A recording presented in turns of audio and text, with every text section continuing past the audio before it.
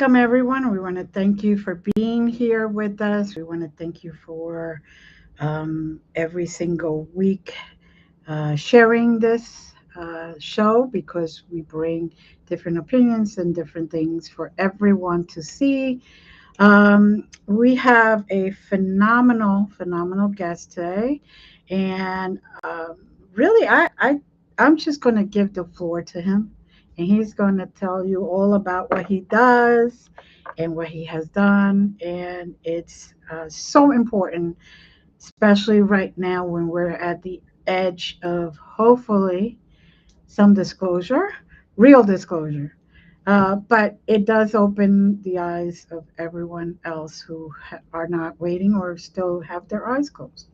So, Jeff, welcome. How are you? Thank you. Thank you. Thank you so much for having me. Thank you. Thank you. So, tell us about yourself and what, what you have done and all that. Well, my name is Jeff Woolwine. I am a ufologist out here, currently in Tucson. I'm an amateur archaeologist and ufologist, and just one of my many hobbies, if you will. And I was born in Phoenix, Arizona, and I've been seeing strange lights ever since I was a kid. And it's what made me go on a hunt, on a quest to find out exactly what was going on in our Phoenix skies. And Hmm. so in 2004, it's crazy because, everywhere I was going, I would see either, an orb in the sky or some kind of red light or just weird things in the sky. So in 2004, I love history. So I've always been, a history buff. Hmm. And so in 2004, I saw on the news in Phoenix where a bunch of lights was happening again and on the west side of South Mountain. Now, in my investigations, I learned that the east side of South Mountain, around in Mesa, was typically the hot spot for the Phoenix lights because this is where other sky watchers were filming them. Hmm. And so I went to Mesa, and it didn't take long, and I saw these two red, orange, amber lights appear, and they moved towards South Mountain. And this was in 2004, and they were hovering over this power plant. And so I was filming them almost every night. These things were there almost every night. And they were always going to that one spot. And so I did about 2, 3 news reports that summer, and the end result was we're all seeing flares 150 miles away in Tucson. And that wasn't the case. These things were here in the valley. It was right there next to South Mountain. Hmm. So in 2005, I decided to move towards South Mountain to get a better look, get closer to the mountain. And so I found a place about a mile away from South Mountain on the east side. And, it didn't take long. A black object came out of the sky, went down on the mountain there, and a few hours later, it left from a different position. And I'm thinking, spaceships, crafts, technology. Wow, there's got to be some kind of like a landing spot out there. Like a crop circle or something. So what Hmm. do? I go out there the next day to investigate where this thing went down at. And what do I find? I find a stick figure, a boulder with carvings of stick figure, uh, people looking up at the exact same thing that I filmed the day before. And so that intrigued me, and the more and more I sat by South Mountain, the more and more I was seeing these things coming and going from South Mountain. And about a few months prior to that, I remember seeing a Native American who worked at the Pueblo Indian Art Museum in downtown Phoenix. He was like a type of medicine man, shaman, if you will. He was up Hmm. on South Mountain, and he was talking about the petroglyphs and the meanings and how to interpret the petroglyphs. And the guy that he was with turned around and says, "Hey, this stick figure man looks like he's looking up at something above his head." And he quickly turned around and said, "Yes, that's part of our interpretations here is that our ancestors saw and recorded things, for future generations, here on this mountain." Hmm. And I'm like, "Wait a minute, we have strange lights in the sky. Now we have strange markings on the rocks out here. There has to be a coincidence. There has to be a connection, you know. And Mhm. so I contacted him, and I didn't really tell him, what I was really doing, but I asked him. I said, I saw you on Channel 8, last year, and you're talking about the glyphs. I'm intrigued about them. Could you go up there and teach me the petroglyphs?" So we met up there on South Mountain for about 3 hours, and he was talking about spirals and how these spirals represent an emergence point to the underworld. He Mhm. was talking about how the spirals go clockwise, it's a doorway in, and a spiral Mhm. going counterclockwise, it's a doorway out. Now he says when the spiral is at a crack of that boulder of the stone, he says that crack is the doorway, is the emergence point into the underworld. He says when the Mhm. spiral goes clockwise and it ends up into up, that means there's a vortex in the sky. I said, a vortex? He says, yeah, a vortex. It's like looking down into a tunnel, into a hole. Well, we went over many different things. He's talking about anthropomorphs and shapeshifters and giants and just some, crazy things. And, at the time, like I said, I'm thinking spaceships, technology, and, but not once did he say anything about crafts or aliens or, he's talking about spirits of the earth and Right. sky. He's talking Right. about shapeshifters. He's talking about another living, you know, Being. creature, if you will, a Right. being, if you will. Right. And so, that was all fascinating. So I gathered all the information there. I learned a lot from him. And it didn't take me long to soon realize that, this wasn't technology at all. What was flying, because by then, they were flying from the mountain and flying right over my apartment, right where I was at, or they'd fly in front of me. They were dancing in the sky in front of me. And, the more and more I saw them each day, the more and more I was convinced that this wasn't a craft at all, that these things were alive. For instance, there was this one sighting. It looked like a big red and black snake, and it came out of a canyon. And this canyon goes all the way down the side of South Mountain and has all these spirals in it. And so that Right. canyon was the emergence point, for these entities, for these UAPs, UFOs, Mhm. and that whole canyon represented the doorway. And up on top was a stick-figured man looking up at a flying serpent in the sky. And this thing climbed about 1,000 feet. It came out of South Mountain and climbed about 1,000 feet up in the sky. Turned towards me, hung over my for a few minutes, and it was changing shape, and it clearly looked like a snake or a worm or something. And Mm.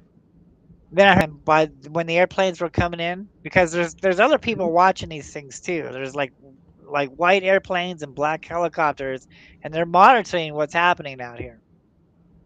And so when those airplanes started Right. coming in, that's when he started to move again, and he took off and he went over to Camelback Mountain, uh, north of the valley. And the more and more this was going on, I was matching it to the petroglyphs. I was hiking out there, I was gathering the history, I was understanding the petroglyphs, and Mhm. um, and at that time, Pat Uskert, who worked for UFO magazine, was in town, and Mhm. he had this show called UFO Road Trip. And he saw me on the news talking about this new type of UFO. Some call them jellyfish now, and and how I was connecting them to the rock art, to the petroglyphs, because there hasn't been a show up until that point in 2004 and 5. There was no UFO shows on TV, and so he Mm. was the first to try to get this going. And what he would do is he would interview people around the United States and talk about their UFO sightings, whatnot. So he asked me if I'd like to do an article for UFO magazine. I did about a 7-page article in 2005 for UFO magazine, and Nice. then I took him up on South Mountain, and I'm showing him the rock art, and I'm showing him this new type of UFO, and that turned out. I was actually involved. This was the pilot for the UFO Hunters show, and Okay. so there was other people in the pilot also. Mhm. And but really, what kick-started everything was the petroglyph connections to these UFOs because no one, was really talking about this at the time. There hasn't been anything on record. We think the Native Americans were talking about UFOs, but no one has ever proved it before. No one has ever taken it Mhm. this far and actually filmed, the same thing in the sky connected to the petroglyphs. This is why I call my research petroglyphs in the sky, is because I believe that what we're seeing in the skies today, the Hoho Indians saw the same exact same thing over 1,000 years ago Mhm. and carved their sightings on the rock. Mhm. So in 2007, when the UFO Hunter show got aired on television, they asked if we would like to be a part. They were coming back into Phoenix and asked if I'd like to be involved in this episode called Arizona Lights, talking about the petroglyph connection. I said I Mhm. would, but they also told me, you know what, Jeff, you're filming some bizarre stuff. Um, um, the public isn't ready. Because I'm talking about flying serpents, man. I'm talking about shapeshifters. I'm showing and showing the rock art to these UFO sightings that doesn't their narrative when they're talking about spaceships and crafts and aliens. This was Right. something completely new. And they're Right. like, dude, the public isn't ready for this, So that really frustrated me because this was a whole new discovery on the Phoenix Lights. Mhm. I connected the Phoenix Lights to the petroglyphs. Now this new type of UFO that no one has seen yet, connected to the rock art. Well, anyway, when that episode aired, that actually inspired Ancient Aliens. And so I had a lot to do with getting that show started with my work on UFO, with the connections with the petroglyphs to the Phoenix Lights. And then years later, unfortunately the UFO Hunter show canceled out and Ancient Aliens took over. Mhm. But it took what, over 20 years, because throughout the years, I'm getting people, Right. first they're saying, "Oh, dude, you're filming, balloons and you're filming flares and you don't know what you're talking about," and then over the like the next 10 years, people are saying, Mhm. "Hey, dude, I saw a flying snake," or "Hey, I saw something shapeshifting in the sky. It didn't look Yeah. like a craft to me," and then another 10 years later, "Oh, dude, I saw this," and so people are, emailing me, and then finally, Mhm. the government comes out with this type of jellyfish sighting, and then boom, things are starting to go into motion here, and that's when my work is coming into play that I did way back in 2005. And so Pat Uskert, he Mhm. contacts me, and he's like, "Man," I go, "Dude, didn't I tell you?" I was like, it's a bummer that we had to wait 20 years for this. But yeah, this is here. This is another type of UFO, not the Mhm. everyday nuts and bolts crafts, aliens, not from another world. Right. This is something completely different, and it Mhm. has its own history to it. It has its own history to it. The Native Americans clearly saw these things in the sky, and they're not depicting Mhm. spaceships, Mhm. aliens. They're depicting something completely different. Yes. And Yes, I they are. believe I believe they're talking about what we're seeing in the skies today. And so, I stayed by that mountain for 3 years, and I watched these things come and going, and I matched, Mhm. all these sightings to the petroglyphs out there on the mountain. And I spent, all in all, I spent 15 years on South Mountain, studying the rock art, studying the Hohokam people, who the Hohokam people were, understanding the rock Mhm. art, and going to the public library, because like for that first year, I'm finding a lot of evidence, South Mountain to suggest that there was like another tribe here, like the Mayans. I Yeah. was finding Mayan rock art. I was finding evidence clearly of sacrificing altars. I was finding Mhm. evidence of tombs, something buried there on South Mountain. I was even going further and discovering huge big boulders that were picked up and placed and this huge wall. And the only thing that I could think could have picked up a big ton boulder like that was a giant. And I'm finding petroglyphs of giants out there on South Mountain. Mhm. And so it was heavy. It was going deep. The story was really unraveling here, and I went down this road thinking aliens, technology, UFOs, spaceships. This is great. They're here to help us, right? Right. But Right. as the years progress, and the more and more I'm seeing them, and the more and more I'm understanding what's happening here, I would did a 180 on this, and I'm like, this is something different. This is not um, in our in our um, in our most interest here, you know, because the Hohokam Indians, Mhm. they were there for 1,000 years, and they were the masters of the Right. systems there, and they were there for 1,000 years, and all of a sudden they just disappeared with no trace. Archaeologists Mm. wants us to believe, well, they simply migrated somewhere else because of drought. Well, if that was the case, where did they go? There's no evidence of Mhm. them migrating somewhere else. They were here.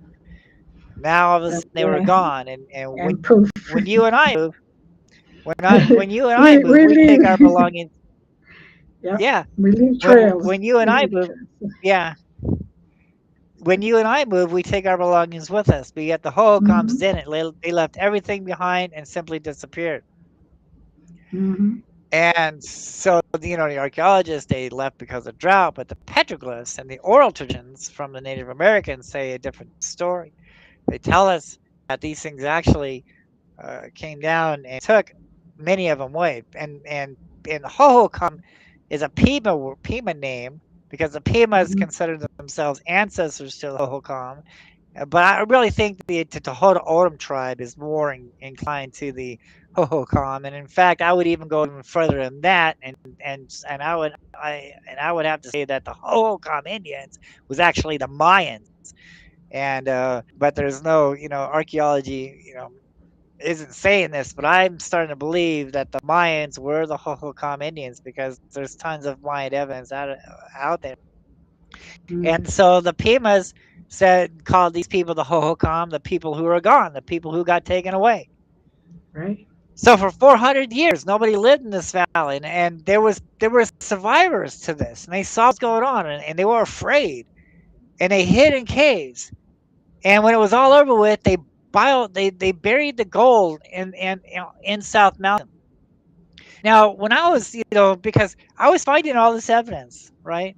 Mhm. And so how come the archaeologist isn't talking about this? When I was making the news talking about the petroglyph connections to UFOs, I actually was on the news with the archaeologist, and he wasn't really agreeing with things, you know, ship shaping this way and that way, not agreeing that it was actually UFO sightings. But I'm like, dude, Mhm. the evidence is here. There's tombs here, there's altars here, there's evidence of all this stuff. And so, what does the library, what does the downtown Phoenix, the heart of Phoenix, Arizona library says about all this? So I went to the government department and I said, give me everything you have on South Mountain. Mhm. The lady comes out to present my ID to see this type of information. And I opened up the folder, and lo and behold, who's staring back at me but the first park ranger from the 1930s up until the late 40s. And he was, talking about the Hohokam people. He learned a Mhm. lot of information from the Native Americans at that time, what happened to the Hohokams, and he was actually in charge of, protecting the gold tombs up there. And he writes in his journals, he writes Wow. in his journals as a whole sheet there, and he says, when the Hohokams left because of what happened, they vowed never to live in this valley. So they piled the gold. He says the gold was as tall as a saguaro cactus and as round as the sun. And they buried all this gold in South Mountain, and they vowed never to live in this valley of the sun again because they cursed this land, because they knew if they were going to continue to live in this valley, then eventually they would have to go back to war with the spirits of the earth and sky. So they Mm. gathered up their belongings, they buried all the gold and everything that's significant in the mountain, and they went back to Mexico, never to returning. And for 400 years, there were Native Americans on the outskirts of what is now called Phoenix, Mhm. and but they saw the lights. They saw the Phoenix lights, and they saw the anthropomorphs, and they saw the jellyfish, and they saw the orbs, and they were afraid because over the years, throughout generations, they were told, this is a bad thing. Don't Mhm. mess around with these things. Our ancestors, got taken away by these things. This is not a good idea. This is, and this is the reason why a lot of Native Americans, because I've talked to so many of them, they don't Mhm. want to talk to you about this because it's scary stuff, and the ones that do want to talk about this, is very hush, down low, don't want to be on the camera, but they know, Mhm. it's not all fun and games what's going on here. It's serious. And I believe that's the major conspiracy here on Mhm. planet Earth is that these things are here and they've had a role in history. And if you Mhm. ask, a lot of Native American tribes, they tell us we're in the third, fourth, and fifth world, and every time the world changes, these things are here, to help Mhm. or mislead the humans into thinking they're gods and whatnot. So that's basically the road that was I was taking. I'm like, holy cow, it's not fun and roses over here. This is serious stuff. This is scary stuff. Right. And what I was Mm. seeing coming from the mountain was scary stuff. And so I don't believe that there will ever be a disclosure. Okay. Right. Because of the history of these things. Now, if this was a nuts and bolts spaceship craft, okay, Mhm. then the people would accept this. Okay, Right. it would be easier for people to understand this. But because it's not, all right, because Mhm. this is something different, and because they're so scary looking, and they have capabilities of going inside mountains and coming out of and flying and shape shifting, this is completely off the narrative of spaceships. Everything's okay, blah blah blah. No, okay. So this is the reason why I don't think they will ever come out and truly tell the public what's happening because, like I said Mm. before, Public is not people ready. watch there's people Public is not watching ready to what's hear going that. on, and Yeah. no, Mm. and because if someone of authority came out and told the city of Phoenix, hey, guess what, you guys, the Phoenix Lights had something to do with the Holocom disappearance.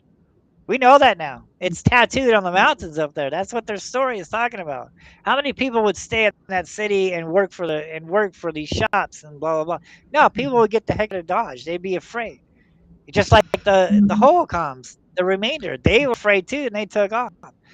So that's the whole situation that we're dealing with. There will never be a disclosure. Yeah, there's so many of them here now. You can't deny that we are being visited by something, right? So they're being forced into revealing some of their cards. So what they're going to do Mhm. is they're going to tell us, oh yeah, spaceships are here, and aliens are here, but not admit what's really going on. And by the time some it might be too late. So Right. so we won't go into much details on that.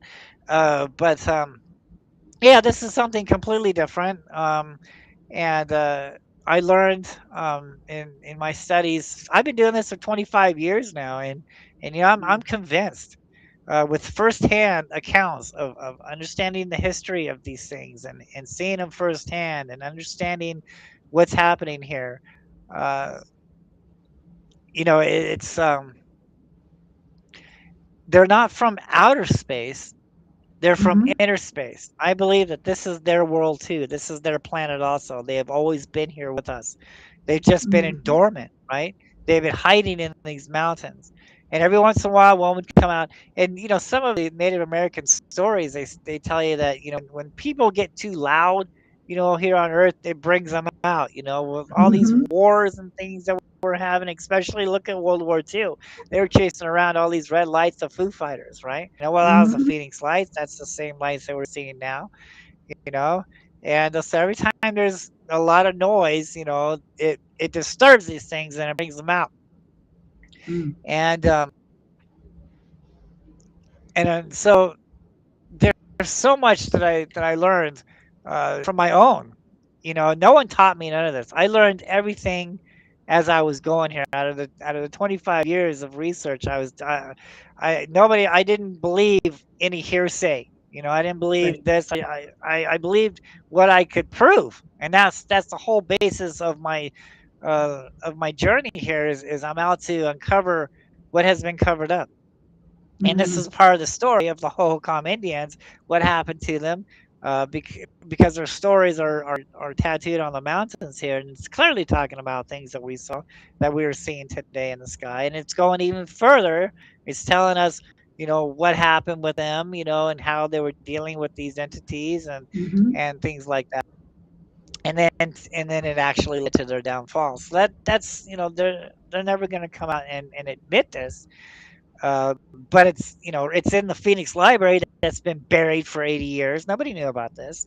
I came along because after Charles Holbrook died, they buried all his information in the library. And so it Mhm. took 80 years for me to come around and uncover all this, and now I'm bringing this true story out. It's not just my opinion here, not just my story. This is what is proven. Not only from the archaeologists, or not only from the first park ranger of South Mountain, but from talking with the natives, understanding the rock art. It's all coming all together, and the story just isn't very good. And I Mm. think that's the reason why they're never going to tell us what's really going on here. And so now I find myself in Tucson, and Mhm.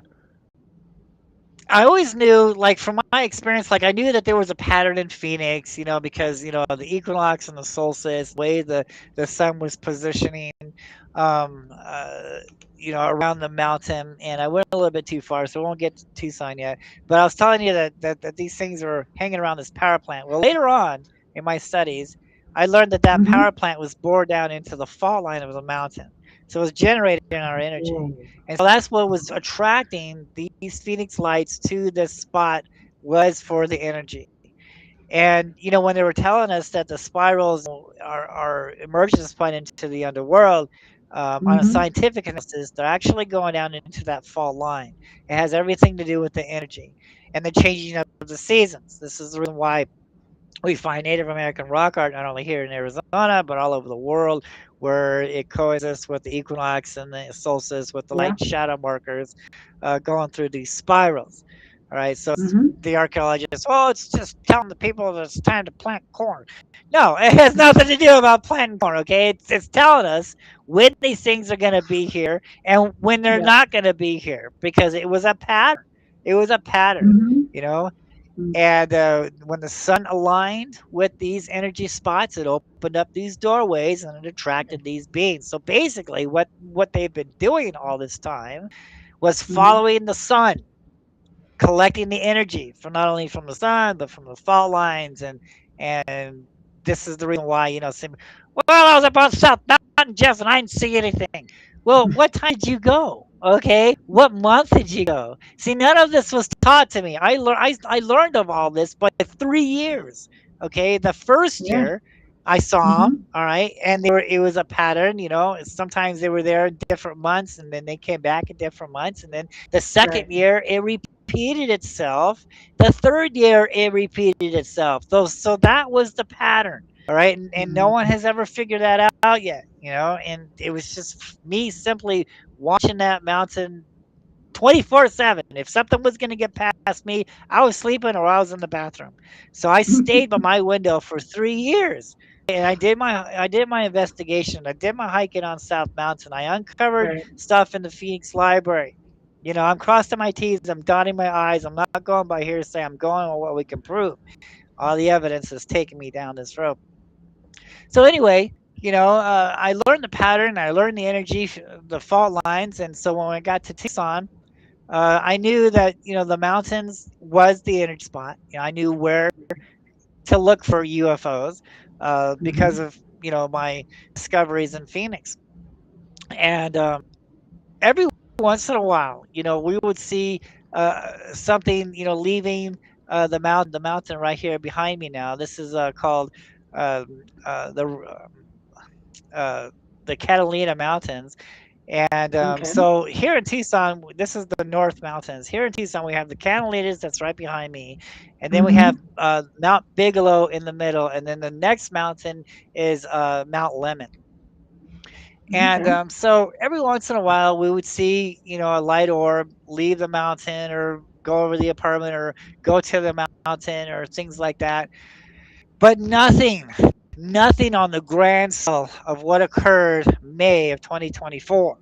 Now, what happened in May of 2024? We had a major solar storm, and it brought the auroral lights, the northern lights, to certain places, brought them this far, and we were able Mm-hmm. to see them here in Tucson. But Mm-hmm. the only way we could see them was you had to take a photograph and then look back at the photograph to see the colors in the photograph. Right. Right. Well, we're out there doing that, and I'm looking back at the photographs, and I'm like, wait, look, wait, there's little white specks in there. What's all that about? Mm-hmm. What's these little white dots in the photograph here? And so I jumped on my night vision, and holy cow, I could not believe what was happening, what I was seeing. And it was these light orbs that were dancing in the auroral lights, and they're coming and going from the mountain there and crisscrossing. And there was just, I mean, it seemed like hundreds of them were out there, man. It was just so much. And it lasted, for well over an hour and maybe 15, 20 minutes. Those things were out there. And this was like on the on the on the east, on the west side of the recons. That's where I was stationed at. I was looking over. I was about 2 miles away from the mountain, and I could see the east side of the mountain, and that's where these orbs were flying around. Well, really wasn't expecting them to come back. I thought, hey, that was great, because it usually doesn't repeat.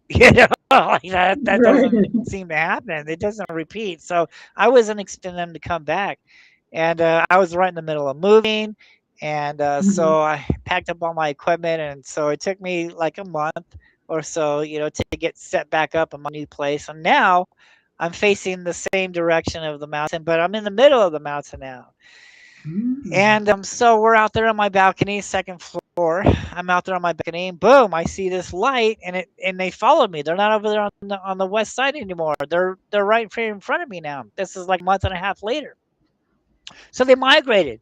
They moved with me, and I'm like, wow, So I'm out there, boom, I'm filming them, and I go, Mm-hmm. what are the chances they'll be back the next night? Yes, they were back there the next night, the next night. So that the whole rest of that year followed these lights all the way out of Tucson, and it was a pattern. So let's like for instance, like we'll just say like January. It started Mm-hmm. at 9 o'clock, okay, and it would last until 10 o'clock. And Mm-hmm. they were migrating. They were flying from west to east. All right, so they would Okay. start here at 9, and Mm-hmm. then they would end at 10 o'clock. All right. Start here at 9, end at 10 o'clock the whole month of January. And then February, they would coming Mm-hmm. in at 10 and going to 11. All right. That Mm. whole month of February. And then March from 11 to 12. That whole pattern. So that was the pattern, still continuing to migrate west to east until Right. I tracked them all the way out of Tucson. And by then they were coming in at 4 o'clock in the morning. Mm. And so yeah, during in December, you know. Yeah. And so I'm like, wow, that's awesome. So I mean, in my studies, because I remember in 2004, I'm filming the Phoenix Mm-hmm. lights, right? And then in 2005, I Right. moved to the mountain, and now the lights are gone, but now this new entity is here, all right? And I continue to Mm-hmm. film those things.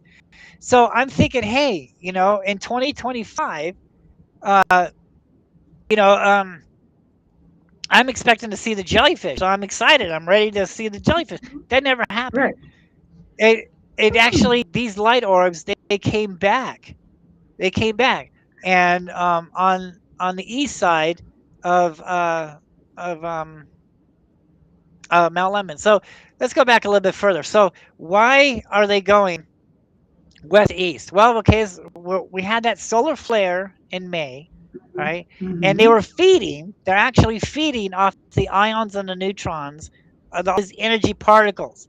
So this is the Right. reason why when you look at the videos and you see other people's videos, that these lights are coming in and they get real bright over this area, and then they Mhm. disappear, right? And then they come in, they get Mhm. real bright over that area, and then they disappear. And then the next month, real bright over that area and disappear. So it was concentrated. The energy was concentrated in this one spot, Right. and throughout the months, it was migrating. The Mhm. energy was moving from west to east. So basically, there was no other solar flares for them to feed on, but they were here.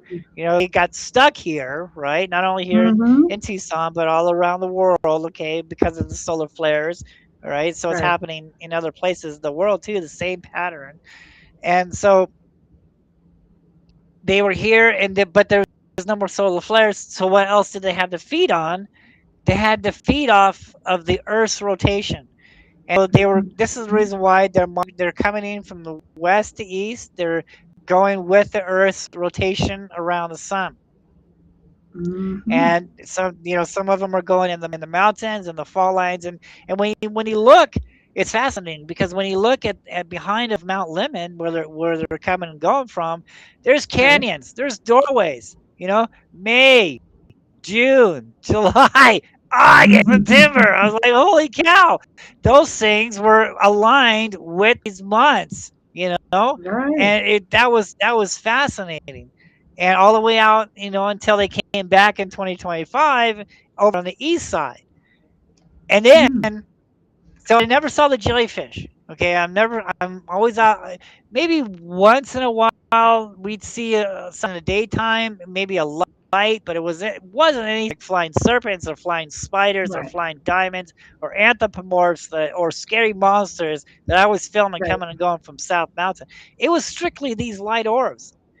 But this time, instead of going out of Tucson at the end of January, they went Mm. east. They went to the recons, and so now Mm. they're at the east. They're at the recons in February, and in March they're over there on the west of Tucson, the West Mountains. So by the Mm. time May came around of 2025, bam, they had made a complete circle around Tucson within a year's time.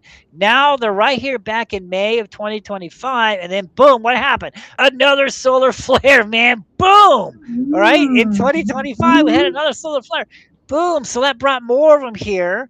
And it kind of like messed up their pattern a little bit. Not by long, not by much, maybe about an hour Right. behind of what they did last year. But they Mhm. continued going west to east, and then we had more over 2025. We had a lot of other solar flares. So they would get to this Mhm. point, then a solar flare would happen, and depending on where the solar flare was occurring on the solar disk on the sun was Right. when I was able to predict on where they were going to be at. Because if the solar flare was on the west side of the solar disk, then it was Mhm. pushing these things to the west side. If the solar flare was on the east side of the sun, it was pushing them to the east side. If the solar flare was in the Mm. middle, it was pushing these things right here in the middle. So I was able to Mm. track and document the solar flare activity with these light orbs. And boom, and so we're still 2025. I'm back on the camera. I must have like 10,000 sightings of these things. Wow. And it followed the pattern again, right at the end of 2025, boom, they're gone over there. And then again, 2026, boom, right back here again on the east side of the Catalinas or Mount Lemon. Right. And boom, February, they're back over here again, right? But Mhm. this time it because and I write about this in my book, I'm like, in theory, they should, Right. repeat the cycle here unless there's more solar storms. Or Right. unless, there's just so many of them here, they're not going to care. They don't care about the pattern no more. They're just going to be everywhere. Right. And so that's basically, the pattern is still there. We've had more solar flares here, and I think we Mhm. had this ring of fire, and I think that really had a lot to do. I think it was pushing energy Mhm. here on Earth because Yeah. that brought them out too. And man, so holy cow, that's where we're at now. So we're right in the beginning of the next cycle of them circling Tucson, And it's all Mm. in my book. The first Yes, 2 years, it's I in your I, book. I wrote a book about this, how I tracked UFOs around Tucson, and Okay. it has the maps in here. Mm-hmm. See if I can find it. It has the maps in here and how I tracked them. And the thing of it is, it's just not here in Tucson. Like I said, it's all over the world, and it's the same pattern. It's the same pattern Right. here in Tucson. So if someone wants to, this is Wow. how it went in 2024. There we go. That was a pattern, and this is the Mm. continued pattern on what's happening Mm. here. And so Wow. it's the same pattern all over the world. So this book is actually a tool on how to see these UFOs, not only here in Tucson, but city as well, if those things are Mm. here, because it's the Right. same. It's the same thing that's going on. They're still going west to east, and they're still continuing Mm-hmm. to circle these energy spots. So all these mountains our energy, our power plants. And of course, in my book, I talk about how there's power plants on the east, on both sides of these mountains out here. So Mm-hmm. we're using the energy from the mountains. These things are using the energies to feed on. And Mm-hmm. yeah, so that's where we're at. And So you did good because you long took it story to a short, next step. yeah, for you, sure. you took it to a next step of actually doing research and looking at the details and Yes. figuring out the times. And it looks like what you were saying is that each had like 1 hour of Hmm. that you could notice them. 1 hour where you could Right. see them, and then they would move to a different hour at a different place. Oh, it's Yeah, very because the interesting. energy was fluctuating with each hour and Right. with each month. you know so I was like, wow, this, we're, and again, we're 20 years ahead. I'm back to Pat Uskert again. The public isn't ready for this, dude. So you know what, but it's gonna hit. As soon as Mhm. everybody realizes what I'm saying here, they're Mhm. gonna realize that, what I've been doing here is real, and it's, like I said, no one showed me how to do this. I learned all of this Right. on my own. So now, they have this book, and if they want to see Mhm. UFOs and how to see them, because these things are here, they're not going Right. away. Obviously, they've been here every night we're working on almost 3 years now. We're right in the Right. middle of the third year, and I don't see them going away. And they're not going away anywhere else. And it's crazy too, because I went to California to do an event Mhm. on the Tucson lights to talk about the lights there, and lo Right. and behold, I find the lights there at the same time and the same, basically, looking in the same directions as in Tucson, Right. but I found them over there also. And that's in the book also. And how, No. so that just proves my theory that at 9 o'clock they were going to be there, at 9 o'clock in California, 9 o'clock in Arizona too, there they are. It's the same thing. Right. So yeah, that just verified that this is a tool on how to see UFOs and the explanation.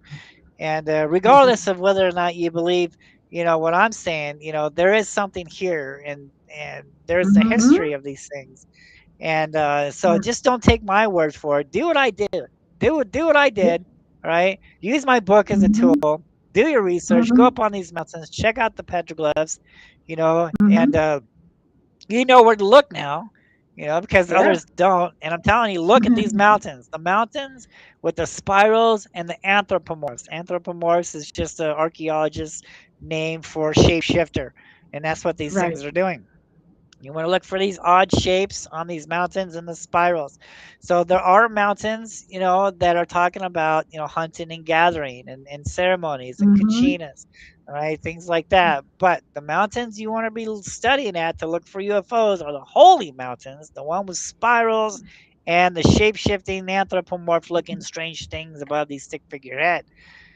That's Mhm. the first clue. So if you're going to go UFO hunting, find out the location of your area, find out what the Native Americans say about your area, Then look at the Mhm. petroglyphs, find out where the mountains are, find out where the spirals are, and just simply watch. It takes a lot of dedication and a lot of patience with this, Yes. okay? And there's a Yes. lot of people that won't do what I did, all right? Because it takes a lot out of your life, okay? Mhm. And so we started off at an hour late.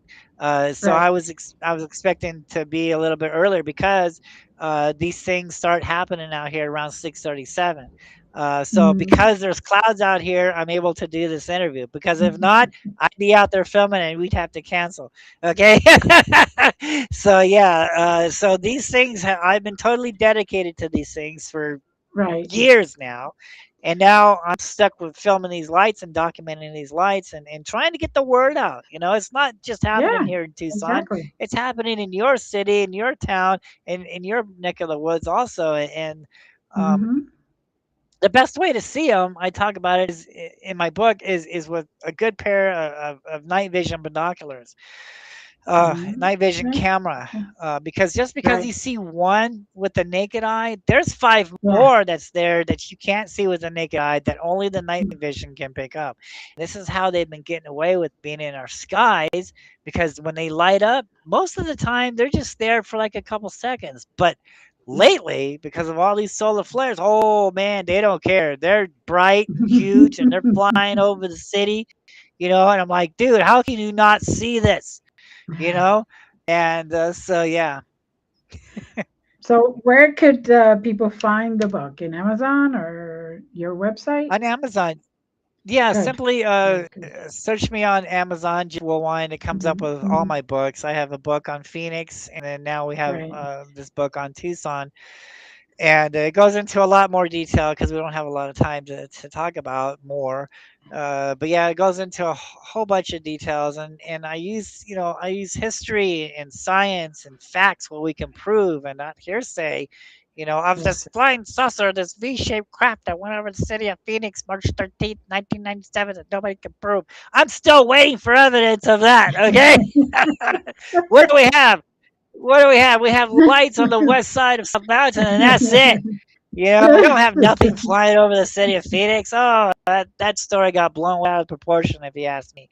So, I mean, Right. I lived there in Phoenix. I was out there that night. I didn't see nothing. So I think it's just a lot of hype on the Phoenix 1997 Phoenix Lights, for people to sell books and movies and to get Right. famous. And there's no evidence of anything flying over the city. We have four only videos of what happened that night. So if thousands of people were going to witness this thing, we'd have more videos. And the Right. reasons Right. why we Right. have some of those videos is because there were sky watchers out there who were seeing lights, days Mhm. and weeks before March 13th, Mhm. 1997. So they were ready. If anything was going to fly over the city, they would have got it filmed. But Right. they didn't. All they got on film was lights on the west side of South Mountain. So there you go. Mhm. And Mhm. so Mhm. I've been on a few, like the UFO Hunters show on the History Channel. They were admitting that Right. no evidence of a craft went over the city of Phoenix. And I was just on the proof is out there on the History Channel 2 months ago, and they admitted that the Phoenix Lights is kind of a misnomer. That people really, Mhm. are hearing this stuff that they can't prove. But so the truth is slowly getting out. Like I said, it's going to take another 20 Yeah. years, but Yeah. eventually Well, people will finally realize. eh, humans are a little slow sometimes. And, Yeah, and it takes a lot of dedication and a lot of right. patience and some people just they don't have the time to do that, and I did it. That was one of my Eh, uh, one of the things that was with me. I had the time, I had the patience, right. I had the means, and that's what I came up And with, and it's all in my yeah. books. And we wouldn't be talking here today if I was just out here filming satellites and balloons and flares. Okay, Right. so Exactly. this is happening. Exactly. And This and and the fact that you went over every single detail very carefully and the patterns and you dedicated your life to this. It isn't just Yeah. a hobby. where people Right. just call it a hobby and they're there, oh, once a month. Oh, I'm watching this. You are constantly, still to this day, doing it, which it takes a lot of It's an dedication. obsession. Thank you. And once I discovered all of this, you gotta let people know, Right. and once you do that, Hmm. because they're not doing the regular flying saucer narrative, aliens, they're gonna pick on you, they're gonna trash you, and blah blah blah. But there's so I just saw on CNN news today where some guy was complaining, we don't have pictures of aliens coming out of spaceships. We don't have photographs of spaceships. We have all these videos and stuff, but we don't see any credible videos of spaceships. I'm upset about that. I'm like, dude, you know why? Okay, so I'm not saying spaceships and technology and aliens isn't possible because I have Hmm. seen some things in the sky that could Right. resemble a craft. I've seen a black triangle. I've seen flying Hmm. jacks in the sky. What are those crafts? Hmm. Maybe. What I am saying is, I think what the majority of the public is seeing today, as far as orbs and these and lights and things that are shape shifting in the sky, that's not a crab. That's a living creature. That's a living entity. It's Right. conscious, it's alive, it knows who's watching and who's not watching. This is how they're getting away Hmm. with being in our skies. And it just, until you get past that, oh, it must be a balloon, man. Until you get past that, all right, and actually watch what it's doing, we don't need to go back to fifth grade and understand what balloons are. We know what Right. balloons look like in the sky, and that thing is moving around, not like a balloon going against the wind. Right. Okay? Yeah. You know what I'm saying? So come on, people. I know you're interested in flying saucers. I know you've been brainwashed with crafts and aliens, and but okay, and that's all good. But what about this other stuff that's happening here that we're Yeah. all seeing now? All right. So, Hmm. and they're just now starting to come out, and say, uh, Ross Coulthart, he's starting to say, well, maybe these light orbs are, creatures, So, well, somebody's watching Hmm. my work. You know what I Hmm. mean? So, yeah. Well, and what I like is that you actually went deep into the Native Americans and got their information, their truth, what they believe in, because not too many people do that. They're just like, oh yeah, Native believe in it, boom, that's it. But you went in deep. You got the definitions. You got the understanding. You found the places. You went with them. You got the full, rich history of it. And yeah, they may be scary because, all of a sudden a whole set of people just disappear. Uh, Hmm. but you never know if they really just disappear or they went up and became part of that Hmm. conscious, those living beings. Right, And maybe right. they were And just supposed to, they were that's supposed some to of the be here. interpretations. Yeah, Yeah. they were Is that supposed to be here that for a little bit and then go. uh-huh that some of these, these light orbs, some of the Native Americans would say, that's our spirits, our Right, ancestors. right. That's their spirits. So either way, like I said before, whether or not you believe in the stuff, there is something here, and the stories all Hmm. is tattooed like sacred scrolls, around these cities, on these mountains, and if you want to know what's going on, I suggest you go investigate these petroglyphs because they're telling us and they're showing us, and once you understand, Hmm. that's when you'll know when they're going to be here, when they're not going to be here, what's it all about, and what's the plan. Right, What's right. what because in order to understand our future, we must understand our past. So and Exactly, our past exactly. holds a lot of answers to what's happening today in our world. Hmm. Hmm. And answers that have been well hidden or distorted a little bit. So, Absolutely, absolutely. and it's a shame because we deserve to know what's going on or what went on Yeah, truly. So this is our we history. can, yeah, exactly, our true history, and that's what I think most people want to know, the truth in the history.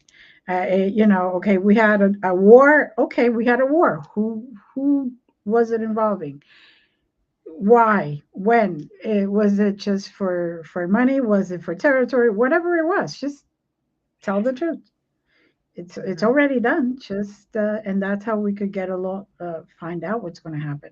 Now, I am a big believer that beings are do come back to the earth when humanity is in trouble, whether it's UFOs, UAP, whatever, beings like the ones that you're examining and all that and watching, whoever it is. I believe that every once in a while they have to come back, interject, and say, "You're going to kill yourselves. You're going to do something crazy. You're going to destroy the environment. You're going to destroy what everyone has worked so hard to even create it." And Yeah.